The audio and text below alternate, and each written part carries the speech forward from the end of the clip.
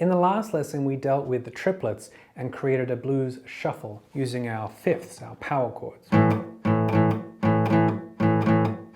Now we're going to add another note to the mix so we get this very recognizable sound.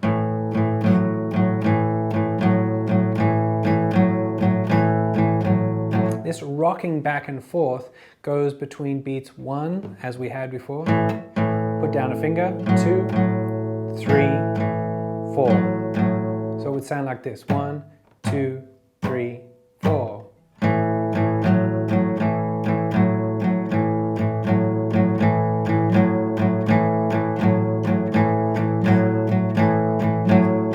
Then to the D.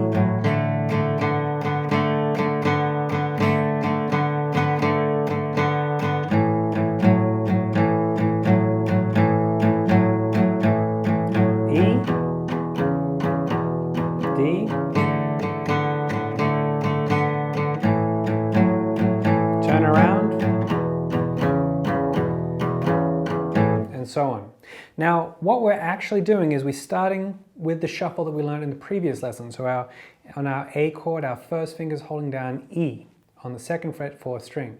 And we're going to keep that finger there while we put down the 3rd finger on the 4th fret of the same string. So what's happening is we're playing the E with our first finger, then we're playing the F sharp. And we're playing both strings together.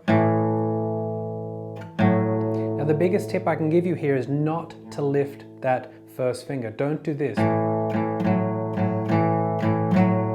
This essentially, by lifting them, you're creating a lot more work for yourself that you don't need to do. So keep that first finger down, it's going to stabilize your hand, and all I really need you to do is lift that 3rd finger up and down to press down just behind the fret. What can often happen is it feels like quite a stretch down here because the frets are pretty far apart down in this area of the fingerboard. So it might take some time to feel comfortable and have your hand spread out like this with the fingers ready to go. But you do want to keep your 3rd finger above the fret just where it's about to play, as opposed to bringing it back here or maybe squash down together and then trying to reach up every single time. Both of those options would look like this. That one means you're searching for the fret each time there's this big distance to travel, and if you're squashed up together, likewise, there's a lot of movement. So what you want to aim for is just a simple, discrete movement of that 3rd finger going. It's the kind of thing that if you were looking on from a distance, it would look like nothing's actually happening in the hand. Also, because we're going to move on later down the track to adding in the 4th finger, you want to try and keep your fingers lined up over the string you're playing, as opposed to tucked back into your hand. So if you notice your pinky finger here, the 4th finger, tucked back into your hand, see if you can try and get it lined up over the same string you're playing. That will allow you to do this. Later, we're going to add in those 7th notes. Now, across the strings for the different chords, it's exactly the same physical motion. So we've got the D chord, we have the open D string, and then the A on the 2nd fret, 3rd string. And then we put down the 3rd finger again on the 3rd string on the 4th fret. It's exactly the same movement. A,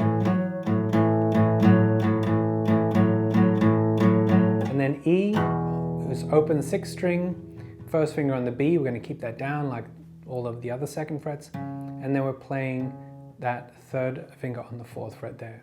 So your goal here is now to add that shuffle with the other note, with the pairs of notes in each chord through your chord progression so that it will sound like this. You can join in with me if you like. 1, 2, 3, 4.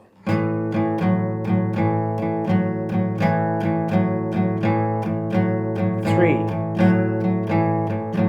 4, going to D.